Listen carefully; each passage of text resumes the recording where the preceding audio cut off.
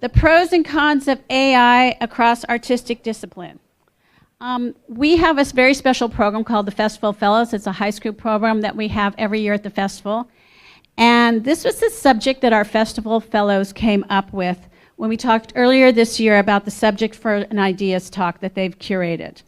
And so they put together this talk, they curated it, and so I'm very happy to say for this discussion we have Brennan Buck, who's the senior critic at the Yale School of Architecture, and Revels, founder of Black Tech Futures. This is a talk that is moderated by one of our Festival Fellows, try to say that 10 times fast, Rania, and please welcome them to the stage. Hi, Denise just introduced me. My name is Rania, and I'm one of the Festival Fellows, and I'm going to be moderating this discussion on AI in the arts. And just to open this discussion, I want to ask both of you first, what do both of you do, and because this is a discussion on AI and how it's incorporated into the arts, how do both of you incorporate AI into your fields of work? Absolutely. Go ahead. All right, so I'm Brennan Buck. I'm an architect as well as an artist, sort of primarily an architect, a little bit artist also. And I teach architecture and art courses, some of which involve AI at Yale in the School of Architecture, but also Yale College. And so I think AI is a current and impending factor in creative fields that I'm interested in, and in a way it's a bigger part of my teaching and my thinking about creativity and design and architecture and art as much as it is a kind of day-to-day thing that we use in my architecture practice, which is the other part of my my time. So we do though use it, generative AI or visual AI, cultural AI, in our art practice. So maybe just a quick definition. I think when I think about AI and creativity and art, I'm thinking primarily about AI image generation software. So I think everybody's probably heard about ChatGPT, where you type in a prompt or a question and get a very elaborate, complex, sometimes accurate response. I'm thinking in this case about software like Midjourney or Stable Diffusion or DALL-E, in which you type in a text prompt, a sentence or something, and you get back an image. So that there are multiple different versions of that. There are also every week or two new ways in which that is incorporated into different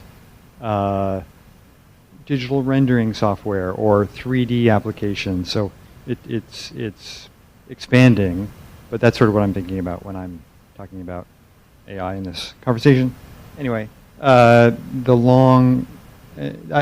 think that we use AI in our art and architecture practice in very limited and specific ways as part of a larger workflow.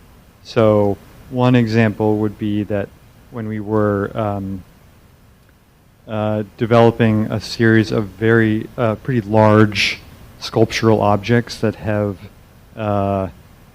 photographs of interior spaces printed on them, wrapped around them.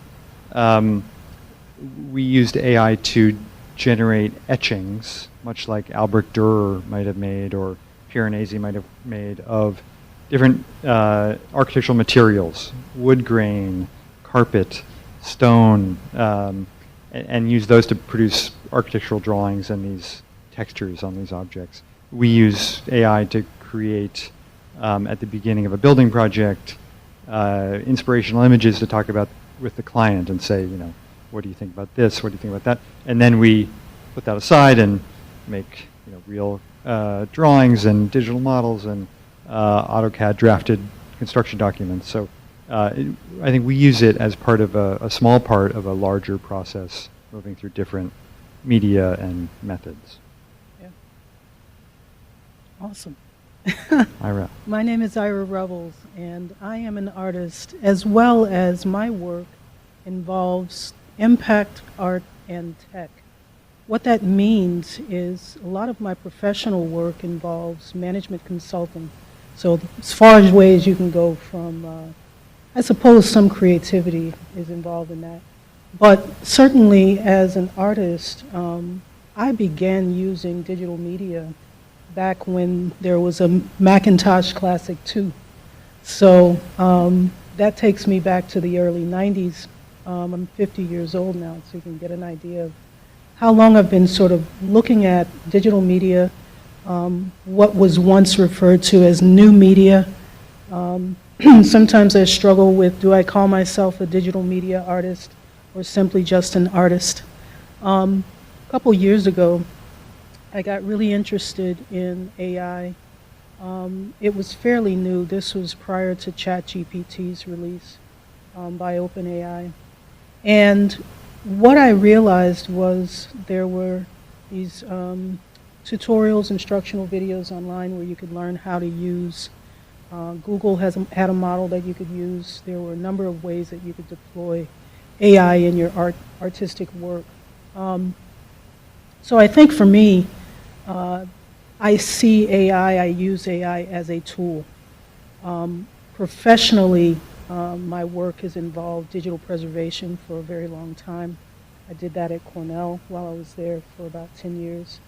And when I think about using AI in my artistic work, again, to me, it's like saying, okay, can I just use Adobe Photoshop, Illustrator, some tool, a pencil? I'm doing a lot of work in clay right now. But certainly I see AI as an opportunity to sort of explore a different way of creating. And I see myself as oftentimes, if I use it at all, co-creating with this particular tool. Oh, awesome. Both really interesting ways to use AI. Before we go forward, though, I do have, if we could just play the presentation, just put it up and just let it play in the background if we don't mind. This is just some artwork and gives you an idea of some of the things that I'm doing. This in particular, for me, kind of sets the stage for this conversation. This is AI doing a selfie of itself, so interpreting itself based on a prompt that I created. There is no additional input, no additional manipulation in that first image of the actual output image. But needless to say, go ahead, please. So moving on to the next question, AI, it's such a, kind of like with the rise of ChatGPT and all, I think people have begun to use it more as a shortcut just because of how convenient it is. And, AI kind of, I guess in today's day and age, almost tends to have a negative connotation. But what do you think are some of the potential benefits of using it in the context of art? How can AI inspire creativity? All right, I'll go first this time. Yeah, we can. We can play with it. I mean, I think the idea about creativity in this context is something that maybe the main thing that I'm really interested in when it comes to my teaching about AI, and that is how do we think about creativity and how does the use of AI change that? And so one of the things that there was an article in the Yale Daily News a little while ago that I think some of the students in the class might have encountered, and one of the things that prompted that article was it was a state fair art competition. Maybe many of you have heard about this, which was won by an AI-generated painting, AI-generated image. And so I guess this was revealed after the fact, and there was a lot of consternation about, is this art? Is this creativity? Should this have won or not? So in thinking about and talking with students about how this changes the way that we might think about what an artist does, what an architect or designer does, and what's the value there. I think there are ways in which, as Ira mentioned, we can think about it as a a continuity with other tools that we've used in the past, other what I would call mediating technologies, like Photoshop, like different digital rendering softwares, like photography, like painting, like the pencil. All those things are technologies which are between your initial conception of something and how it's then manifest in the world visually. They change the way that whatever it is you're creating is created. They change the artifact itself. And so I think, on the one hand, I don't think we're at a point where this is entirely non-human creativity. This is another form of mediated human creativity, in my opinion. I think that another way to think about it is that there's a history in modern art and architecture of designers thinking about ways that technology interferes with their own design process and creativity. Again, thinking about mediation in that process. And so you can think about Sol LeWitt, who designed a series of steps which other people would go through to execute his wall drawings and paintings. So he, as the artist, was tasked with the conceptual creation of a process, not with the final artifact. You can think about Matthew Barney, who early in his career had this series called Drawing Restraint, where there was a sort of physical version of this interference, where he would tie his body down to the floor or the wall, and he would reach to make marks on the wall or the ceiling, so that there was all of this restraint and mediation between his own, that was a part of his own expression. Taube Auerbach would be another example, maybe more currently. In architecture, there's an architect, who taught at Yale for many years, up until this year, named Peter Eisenman, who was very interested early in his career with how he could develop a very intricate series of formal steps and manipulations, where he would take a certain shape, three-dimensional shape, and he would repeat it, and he would rotate it and compress it or torque it or twist it, and he would get a very elaborate set of spaces and forms in 3D. But he was really interested in how design and creativity, which can seem so mysterious and unknowable, could actually be quite rational and could be documented and drawn. So anyway, when you think about putting in a text prompt into one of these AI models and getting something, a very polished image, what I think it means is that technical virtuosity or technical skill is probably going to be less important when we think about what an artist does and what is of value that an artist creates. And things like curation and reading of existing things in the world and contextualizing what they're making, manipulating what they're making, what they find. I think those things might be a bigger part of how we think about creativity moving forward. And so, even that is not that new. There's been curation as an artistic practice, is something that's been prevalent for 60, 70 years. So not to say that AI is just another step in that process. I think it is transformational in different ways, but I think it really prompts how we think about what an artist does in interesting ways. Absolutely. I think that, art, as we know, is subjective. And I think that many artists want to be able to explain through their work how they interpret what they see, what they experience, and whatever's happening in the world around them. And I think that AI is no different when we're thinking about the ability of a human to actually manipulate this particular, whether it's the English language or a language, in order to create, or whether it's curation, as you pointed out, interpreting what's been created. The question I think that really scares us is what happens when the actual created element actually begins to, which is the AI in and of itself, right, begins to create on its own and does the things that we, don't understand. So I just want you to think, just a simple mental exercise right now. We create things all the time that we don't understand. We create people. Ask anybody who's probably married in the room or is dated. I don't understand this person, or I have a complex sort of understanding of what this person's needs are, what their interests are. Right now, we're having a really big conversation around consciousness. Not only consciousness as it relates to art, but also as it relates to fields of physics, right? We think about quantum physics. Ultimately, at a certain level, we don't really know what's going on, right?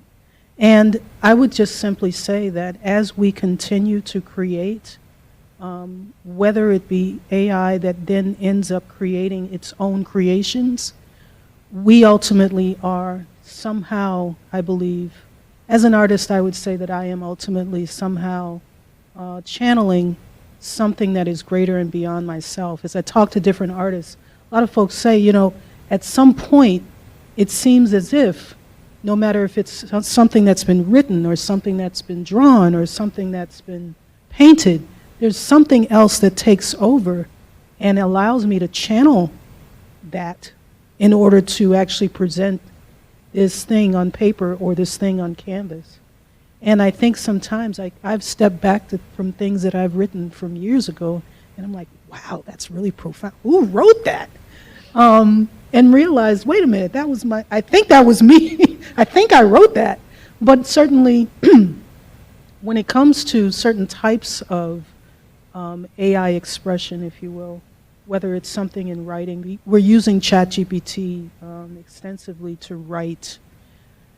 And I think that therein lies this blurred line between how much of this is something that I conceptualized and produced as a result of my research and my current understanding of things, my own subjective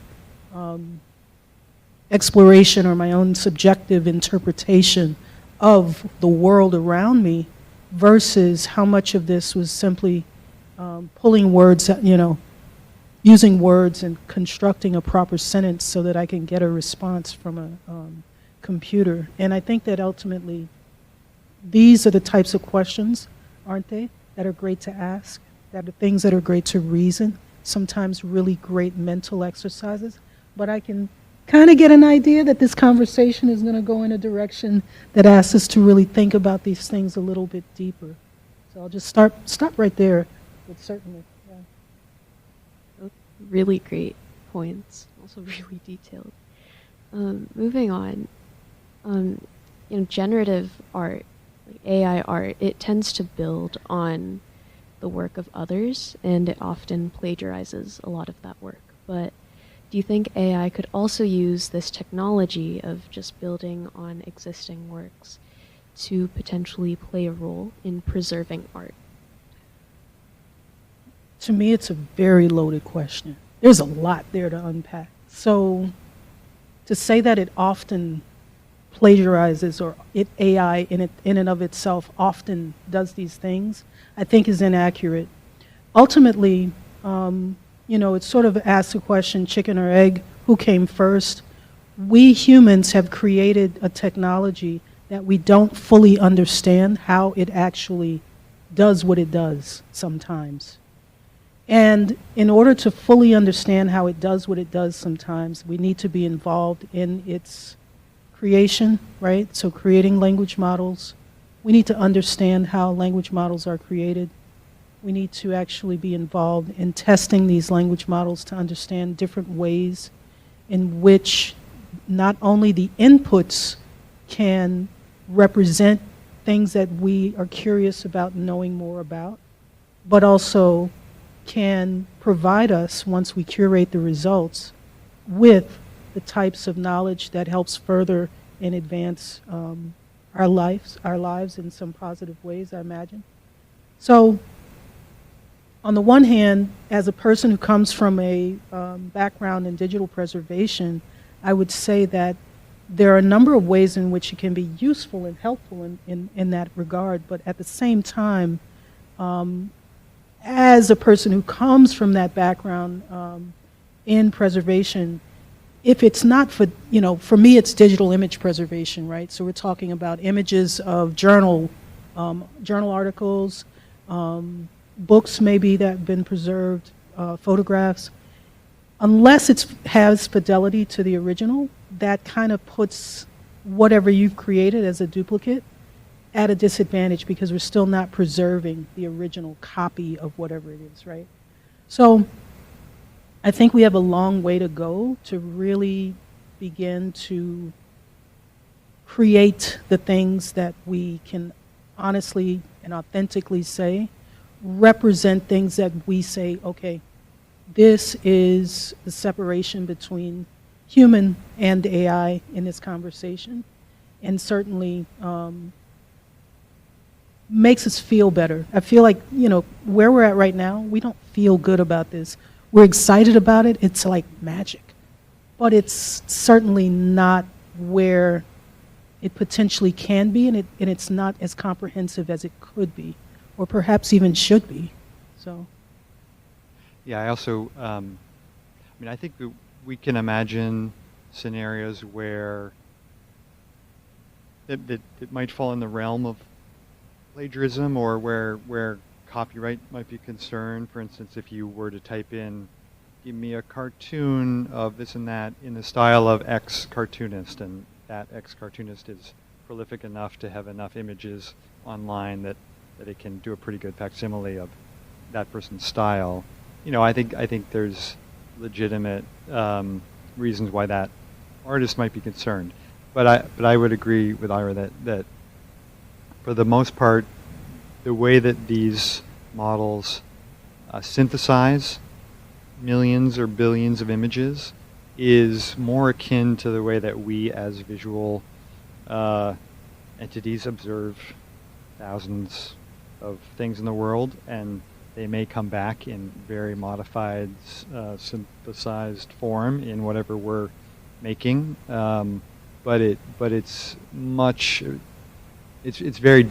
more akin to that, I think, than putting a drawing under some trace paper or something and copying over it, or something like that. So I think some of the concern about plagiarism in that broad sense is overblown. In terms of the question about preservation, which is interesting, I think it makes me think about two things. One is that the internet is an incredible encyclopedic archive of images and text from countless artists and cultures, and so I think the thing that AI adds to that is that it makes that archive, gives it utility.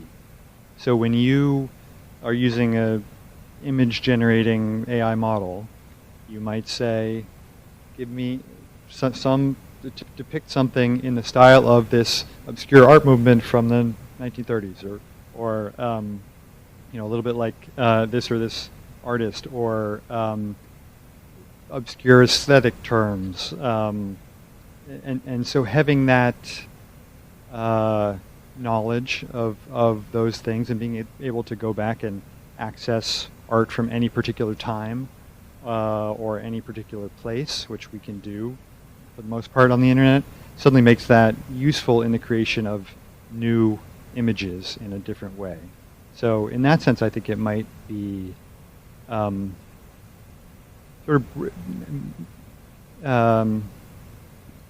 facilitate even more so the recall and the return and the rereading of past work or work from this place or that place.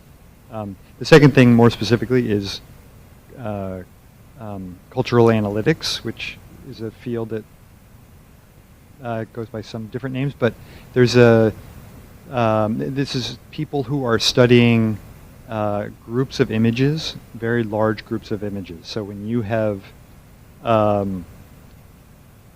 if you have, well, actually, sorry, not just images, but text as well. So there's an instructor, a professor at Yale, who is looking at ancient Chinese poetry, and they will take thousands of individual Word documents of these poems and sift and sort and look for phrases and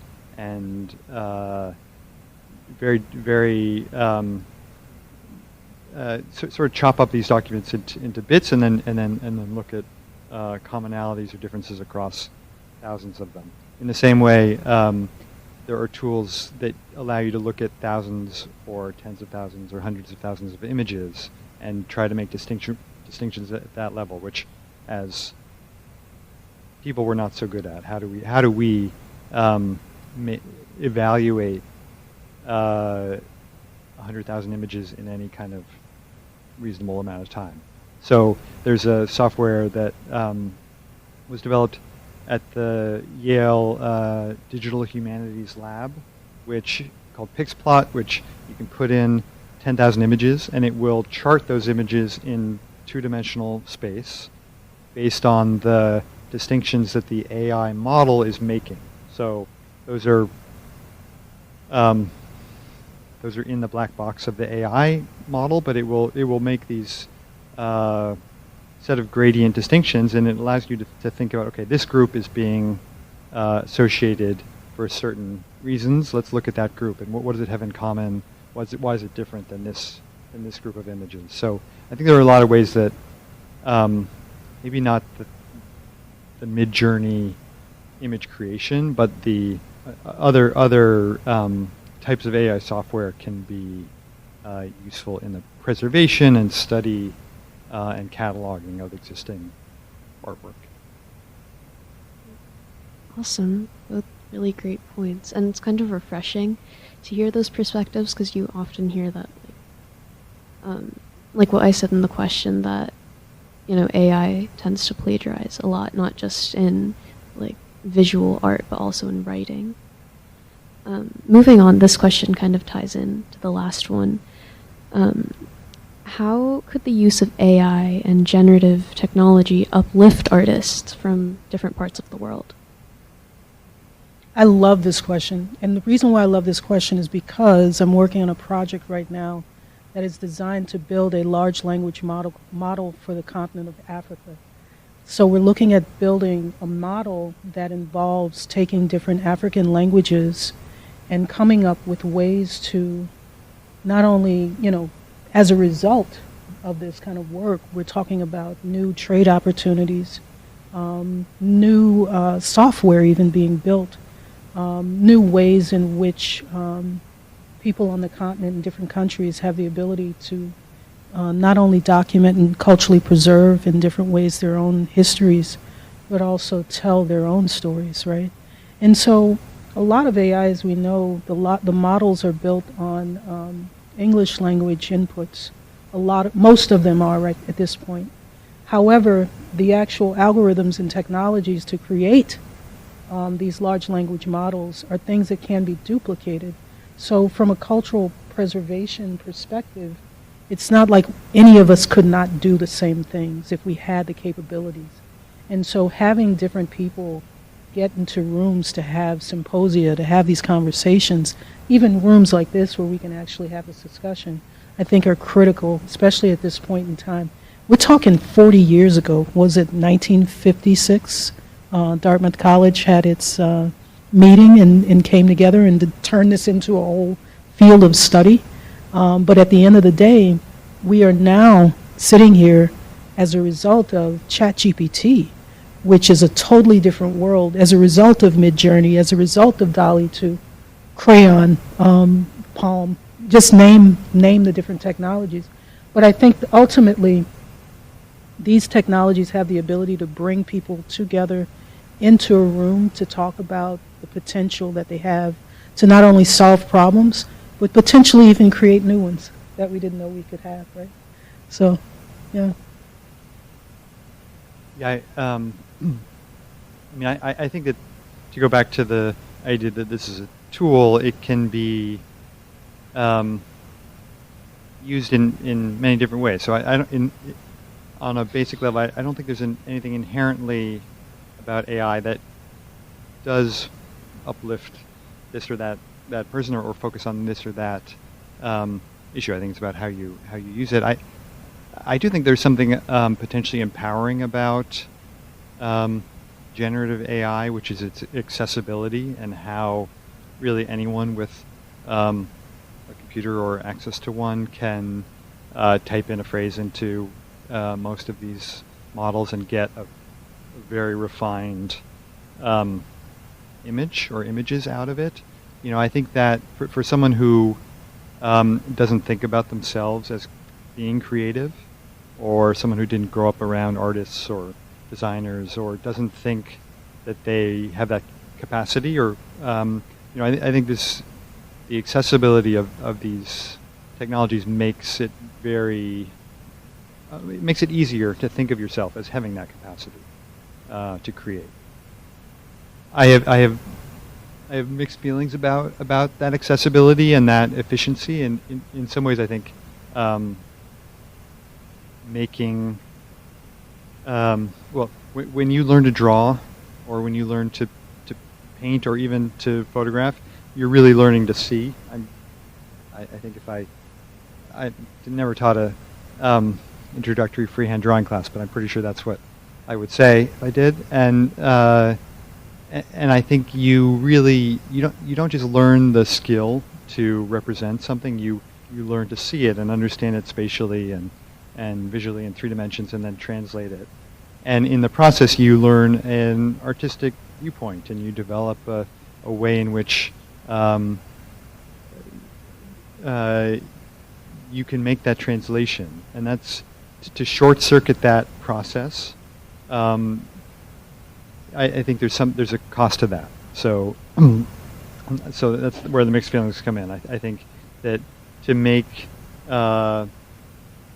creativity more efficient and accessible is exciting and potentially empowering, also somewhat troubling and difficult.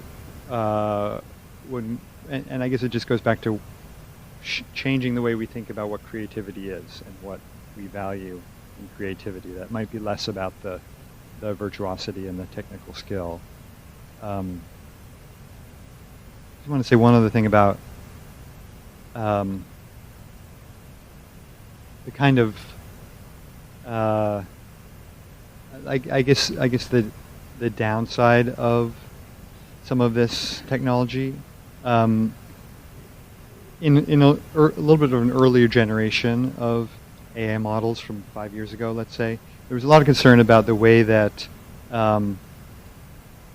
images were being reduced to individual words. And that's really how models were trained, on pairs of images and individual words. So we all know that images are worth 1,000 words, that they can be read in countless ambiguous and variable ways, but these machines were taught very concrete, specific ways to understand that this is a dog, that this is a cat. More troubling examples of words associated with people and that kind of thing. I think the newer version uses these large language models, which have more robust pairs of images, and then whatever text is associated with that image online. So it tends to be, it tends to have a more synthesized understanding of what an image can be, a more complex and subtle understanding of what an image can be, and therefore you get more complex and less reductive results when you type in a phrase now. But there are other kinds of tendencies, let's say, or biases which are baked into these models, and a lot of them are aesthetic. So the kinds of images that these models are trained on are almost all what are ranked as aesthetically pleasing images. So they tend to be in crisp focus and have good contrast and be well composed and There's actually the databases that are used to train these they take billions of images and they evaluate them on, is this a good quality image, 1 to 5, and only the 4s and the 5s are used in the end. All of which is say that the conventions of what we think of as good image making now, good photography, that everything is in focus, that there's a good depth of field, that there's good composition, all these things are getting baked into the way that new images are made. And so there's if you think about kind of snapshot artists like Stephen Shore or someone like that who valued photographs that don't conform to a standard idea about what is good composition or what makes a good photograph. I think that range of aesthetic variety is getting lost a little bit, and will continue to be as much as new images are created that look more like these existing images. So I think there are concerns on an aesthetic level and in terms of artistic variety with these models. Just to add to that, of course, the issue of representation in these models, whatever goes in is what it's interpreting. Initially when I started playing with a lot of the AI generators, when I would type in something that might be in one of my images, I may be looking for an Igbo or Hausa male in 2055, or an interpretation of whatever that might be. The features of African male, or the hands, these things were very simple things, but they were not rendered in a way that would actually give me what I could interpret as this potentially becomes an aesthetically pleasing image to look at. This is an accurate representation of whatever it is I've put into the prompt. And so I think that I've literally witnessed the improvements, I guess you could say, in some of the outputs. For me, it's mainly been, what are these interpretations? What can these interpretations tell us? But I do think it's extremely necessary for us to begin thinking about how do we understand these tools? Because at the end of the day, if most of the language models are created in English, and we're trying to create them in on different continents to understand what ways in which people communicate in those languages on those continents, I think we will be in a better position to get a more robust representation of the world, right? Not just what we are used to looking at, if you will.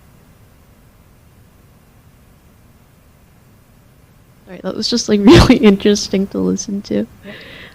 But these next few questions are just kind of under the same kind of umbrella of plagiarism and then ethical considerations. So, are there any ethical considerations or challenges associated with the use of AI, just in the field of generative art?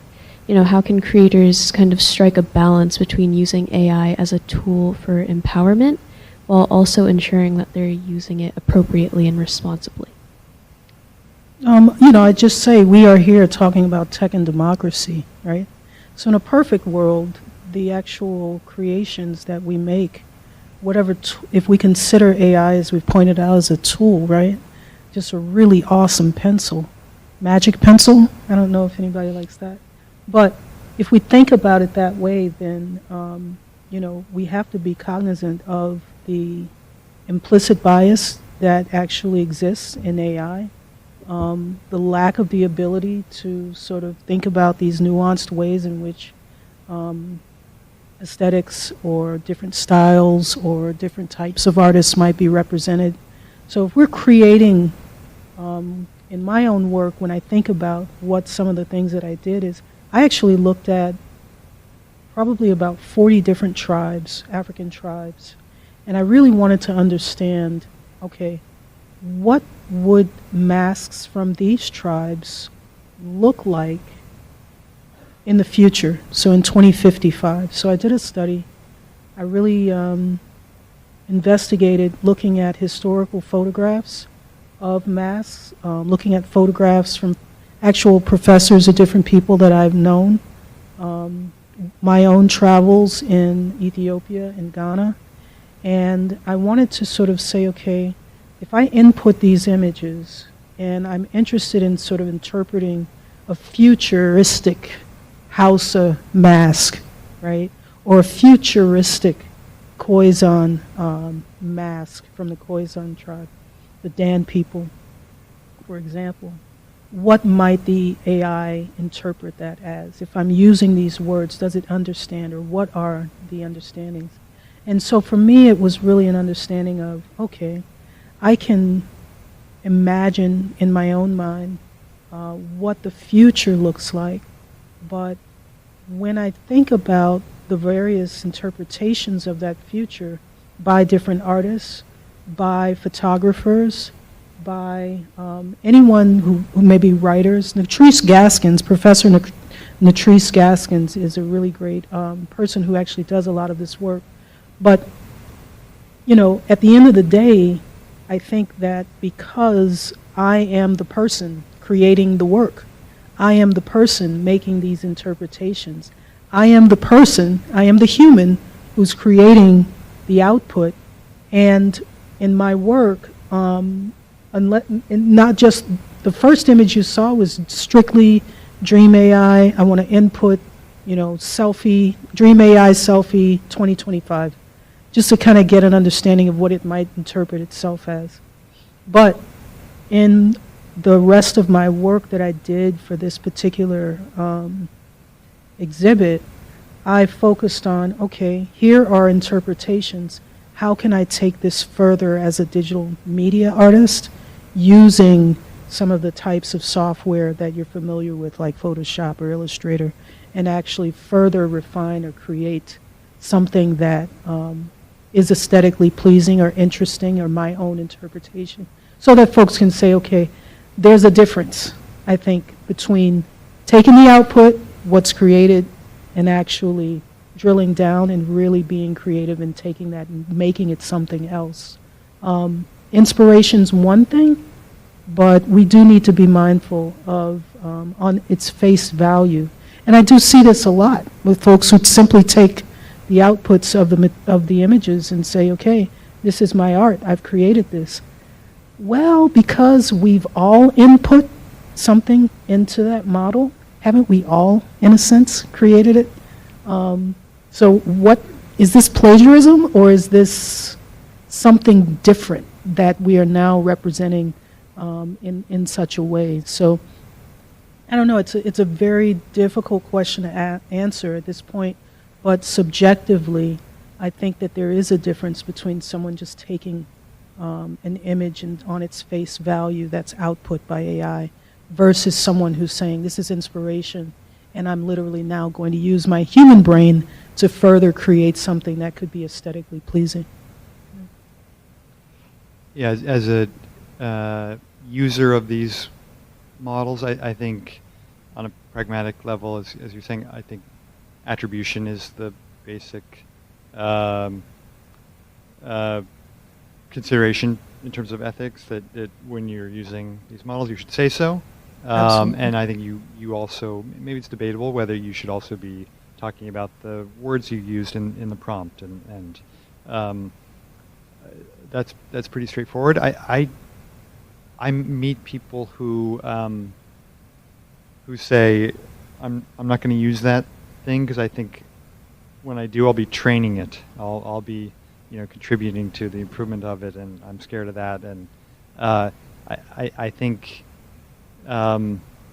this is a technology which is not just growing and coming, but is here, and it's here in explicit ways, as some of the models that we've been talking about suggest, but also in implicit ways. So anytime you take a photo with your phone, there is an AI software which composites multiple nearly instantaneous images into a final image, which is what appears on your phone. So before you ever see anything pop up, there's this AI process involved, and that's true with search and image editing. So there's already many, many ways in which AI processing is used to kind of filter the way that we encounter the world and record the world and create new parts of the world. So to me, it's much more.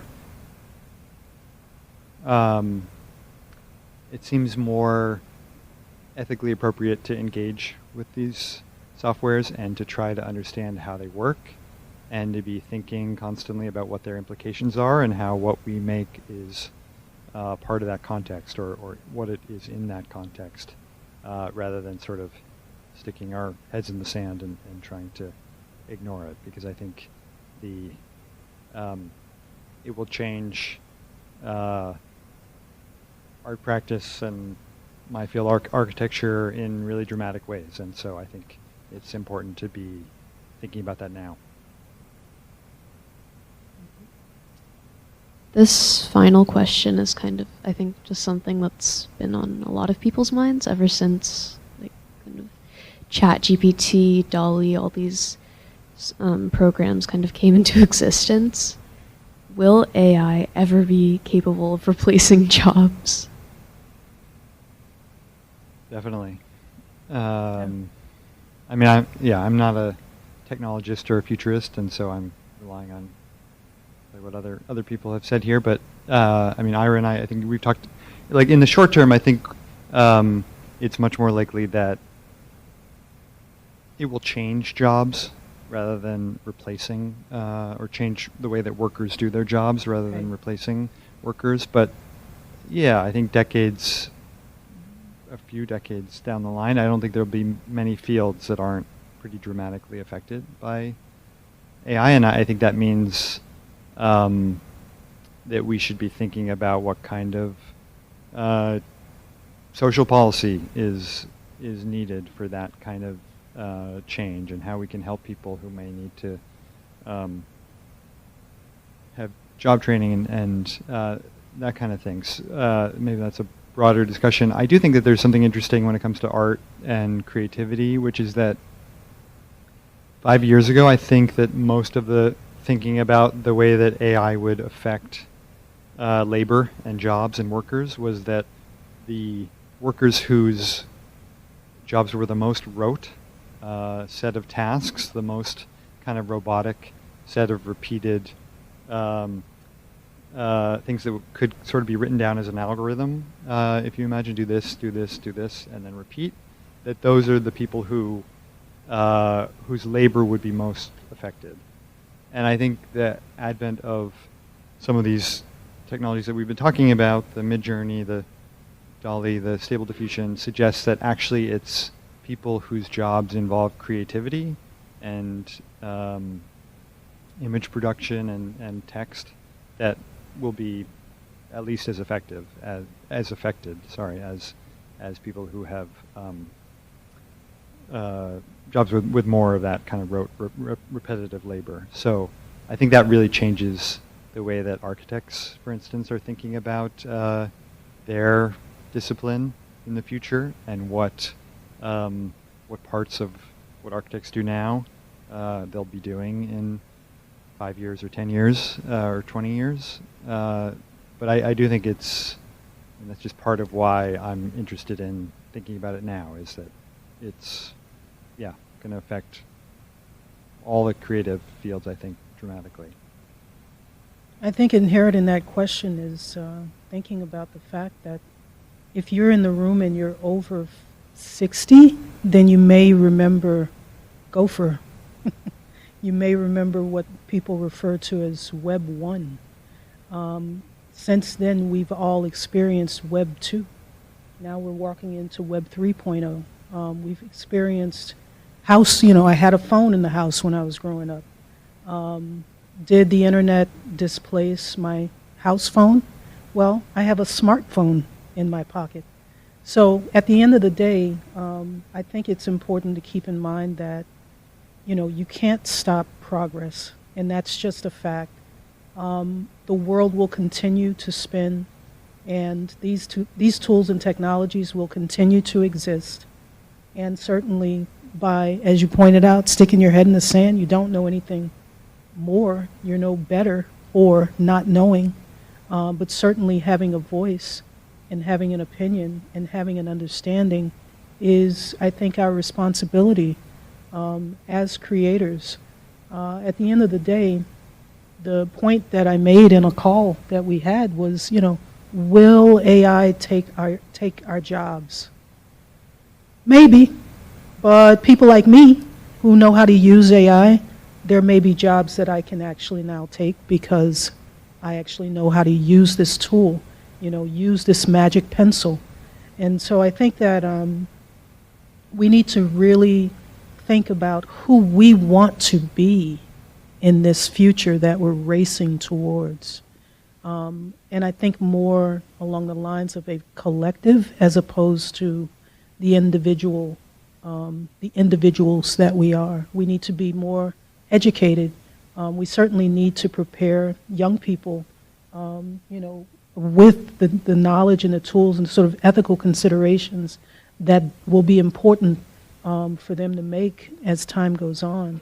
And certainly saying that we want to, create policies or have regulations that somehow deter people from doing certain things. We're not doing a great job of regulating the internet. We're not doing a great job of regulating people with opinions we don't like, right? And is that fair at all? I don't know. But at the end of the day, since we're talking about tech and democracy, at the end of the day, I think ethics and AI, these things go hand in hand. As we continue to create whatever it is that we've created, whether it's a magic pencil or a better way of getting to another planet, we certainly need to consider there's a positive, as above, so below. So there's a positive and a negative to everything that we do. So for every positive way in which AI can impact our lives, there are 50 million ways that other people, whomever they are, might say that there's negative connotations or negative things to keep in mind about this technology. But we certainly need to be able to ask these questions, don't we? And have these conversations, yeah? Okay. I think now is like the time we're going to open it up to questions in the audience. So I don't know if someone has like 2 questions. Okay. I don't know if someone has like a microphone that we can pass around. But, oh, okay. Hi. I'm wondering about emotion. There's been a lot of unknowns about human consciousness, let alone AI becoming conscious, and whether it ever will or not. But I would think emotion plays a big part in that, our experiences. And I just had recently heard something about Picasso, and that he had periods that corresponded, his art corresponded with the periods of his life.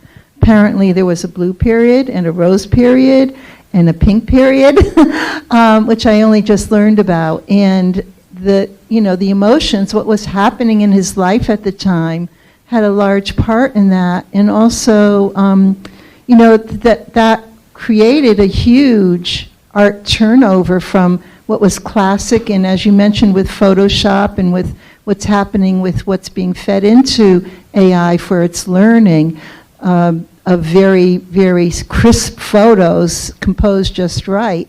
So there had been that classical period of art, and Picasso started a whole new way of looking at things at that time, and it went into the Impressionistic. And the same thing has happened with music, classical music, Baroque, etc.